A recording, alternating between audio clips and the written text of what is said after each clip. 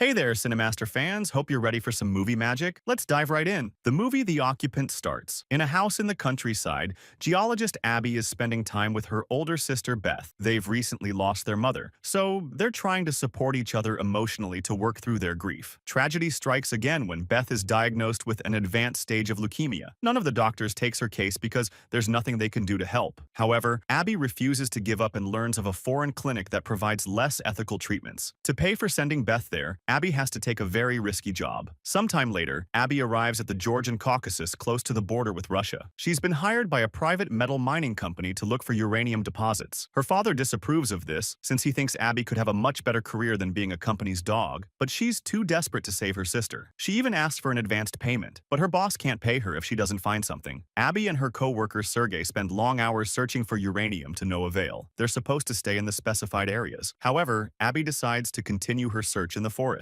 Sergey disagrees and points out that it could be dangerous, so Abby takes his gun and tells him to leave without her. There are many creepy noises in the woods that make Abby a little nervous at first. Eventually, she calms down when she finds a very strange piece of black rock. Back at headquarters, Abby runs a bunch of tests and notices that the rock's temperature is very high, but she's still unable to identify it. Her excitement over this discovery is interrupted by a call from her dad, who informs her that he's pulling Beth out of the clinic and bringing her home to let her die in peace among loved ones. She's against the idea, so she tells him that she'll go home to take care of everything. At that moment, the building shakes and the lights flicker. Once it passes, Abby packs up and asks Sergey to drive her to the airport. She gets on a helicopter to go home and chats with the pilots, who tell her they'll fly near the border just to remind the Russians who the valley belongs to. After a few hours of flying, Abby is shocked to see birds at this altitude. However, when the helicopter changes its course, she realizes the shape outside it's not birds. It's a mysterious black shadow that makes a crackling noise. The pilot says it's getting closer before the helicopter starts shaking, and the black surrounds the windows before it flies away. Then the chopper systems go down, including the radio. They should land immediately, but the engine stops working as well. Abby puts on her seatbelt as the helicopter loses speed and altitude, making it hard to breathe. She concentrates on her breathing and thinks about her sister, closing her eyes to avoid seeing the helicopter crash right in the mountains. While unconscious, Abby dreams of telling her father not to do anything drastic while she's gone and promising to be back soon. Eventually, she wakes up bleeding inside the wreckage and notices that part of the chopper is on fire. To make matters worse, one of the pilots is dead. Abby checks on the other guy and bandages his injury, telling him to apply pressure. Then she goes outside to yell for help to no avail. When she returns to the helicopter, the pilot tells her how to use the emergency radio, but no matter how many times she tries, nobody picks up her call. Then Abby checks a map and calculates that the closest road is 60,000 kilometers to the south. She decides to break a bunch of boxes and start a big fire, hoping someone will see it from a distance. The next morning, Abby discovers the second pilot has also died. She has a panic attack and cries as she realizes she is trapped alone in the wilderness. Later, while trying to sleep inside the chopper, she dreams about Beth and her weak health, which wakes her back up. She goes outside to get warm by the flames, but her fire has gone out. Refusing to give up, Abby gathers every useful item she can find in the helicopter, including a gun and a flare. Once she's covered her body in enough layers of clothes, she follows a compass to try to find the south road. As soon as she walks away from the helicopter, she hears the sound of radio static. She immediately runs back, but nothing on the chopper is working. When she hears the static again, she realizes it comes from a radio on the pilot's belt. Unfortunately, it runs out of battery when she tries to use it, so she grabs the helicopter manual to learn where all the cables and chargers are. She leaves the radio charging, and while she waits, she keeps staring at her mysterious rock. Eventually, the radio works again and Abby makes contact with an American pilot named John, whose aircraft also crashed in the area. His legs are trapped and he can't move. Also, his antenna is broken. Abby knows she can fix the antenna to call for help and asks where he is. So, John explains that he can see a lake. After finding it on the map, Abby starts a new journey to find him. John keeps asking her not to do it because this is dangerous occupied territory, but she ignores him. While she walks, John chats with her and asks her about her job. She's in the middle of climbing a hill when she explains that the money is for her sister, so she has to stop and rest to put her emotions together. After John mentions the rare one in a million chance, Abby gets enough hope to keep her going. As she continues to climb, she thinks about the time Beth tried to tell her that there was nothing to fight for and how she should move on. Abby tells John that nobody is fighting for Beth, and John thinks she's lucky lucky to have such a supportive sister. Eventually, Abby finds a spot so high that she can't climb anymore, which means she has to go all the way around. As she changes direction, she doesn't see the black rocks nearby. In the new area, Abby does manage to climb over the hill and enters the forest where she'll be resting for the night. John tells her he isn't in pain anymore because he can't feel his lower half. Abby starts a fire and makes a shelter with some sticks to sleep. Sadly, it starts raining, which puts out her fire. However, Abby feels something warm moving in her bag and remembers the rock. She takes it out and touches it with her bare hand, noticing the surface reacting in a curious way. John tells her she shouldn't be ashamed of her work, and Abby realizes he's in the military, so he's talking from experience. In the morning, Abby continues her journey and reaches a valley covered in snow. The wind is making her even colder, and she keeps tripping. When Abby finds a river, she stops to rest and refill her water bottle. A few hours later, Abby discovers that she's surrounded by another mountain range. The map doesn't show any better route, so she has to start going up. She walks as much as possible, and eventually, she has to try climbing only to fall immediately. John tells her to go back because she can't save everyone, causing Abby to go on a rant. She's tired of everyone telling her to stop trying. What she needs right now is reassurance and words of encouragement. A reluctant John says it's her choice and wishes her good luck. Next, Abby takes off her gloves and starts climbing again. Now she can hold on better and actually make progress. She keeps going for a while until she finds an area with nowhere for her foot to grip. When she informs John of this, he says it's a shame because she was one of his favorites and hangs up. A confused Abby tries to contact him again to no avail. Afterward, Abby takes out a tool and inserts it into the rock, but it falls when she steps on it. She takes a moment to take deep breaths and think, which helps her remember the mysterious rock. Her mind also remembers the time the doctor told her there isn't such a thing as miracles. However, one is happening right now because moving her hand is enough to make the rock change shape. After tying some thread to the rock, Abby sticks it in the mountain wall and uses it as leverage so she can safely step on it and finally climb the final area to reach the top. The thread pulls at the rock as she stands up, bringing it back. At that moment, she sees the mysterious shadow fly through the sky while making a crackling sound. Abby takes out a pair of binoculars and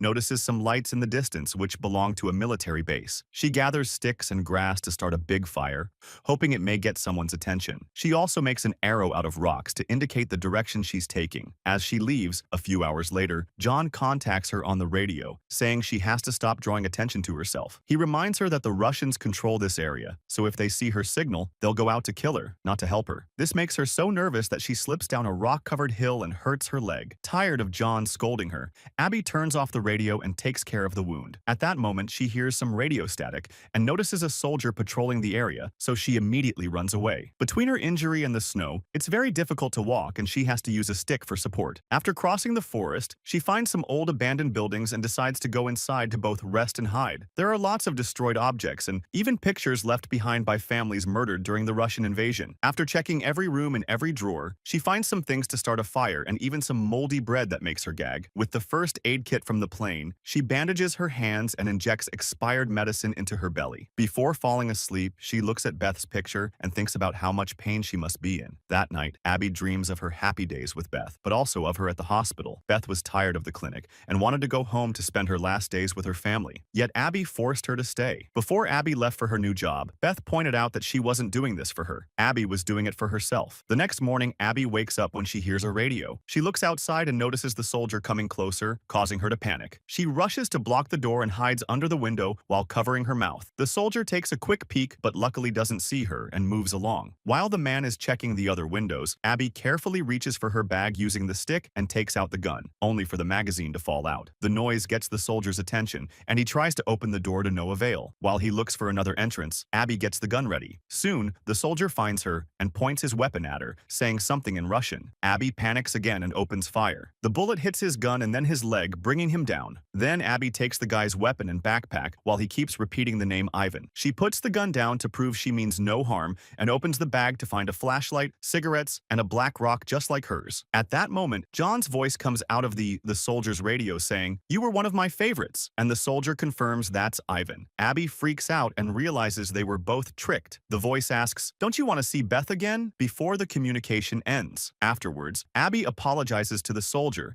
and bandages his leg before putting him on the couch. She tells him she'll go looking for the voice on the radio and that she needs him to ask his superiors at the base not to shoot her if they see her in the area, but she's not sure how much the soldier understands her. The duo leaves together and keeps stumbling as they cross the forest because of their leg injuries. When they stop to rest, Abby takes out the rock and hears the crackling in the sky. It makes her realize that the rock attracted the shadow, which brought down the chopper and has been messing messing with radio transmissions. That's why the one in the helicopter worked again after she walked off. Furious, Abby throws the rock away and screams in frustration. Then the duo starts crossing a valley covered in snow. As their feet move the snow away with every step, they realize they're walking on ice, and this is the lake. Abby keeps a good distance from the soldier, not wanting to put too much weight on the same spot that could cause the ice to crack. Suddenly, she hears the crackling noise, and when she turns around, she discovers that the guy has disappeared. Abby looks around for him, only for the ice to break under her feet, and she falls into the hole. Luckily, she manages to hold onto the surface, and after a lot of struggle, she climbs out. The wind starts blowing harder, and soon Abby loses visibility. She yells for help, but never stops moving. Eventually, she finds the edge of the forest and the cigarette that the soldier left behind. Too tired to do more, Abby removes the wet clothes and gets inside a sleeping bag, hoping to get her body warm again. At that moment, John's voice reappears on the radio, saying that the same happened to him some time ago. An angry Abby throws the radio away, but she can still hear John's voice sharing a story. After his plane crashed,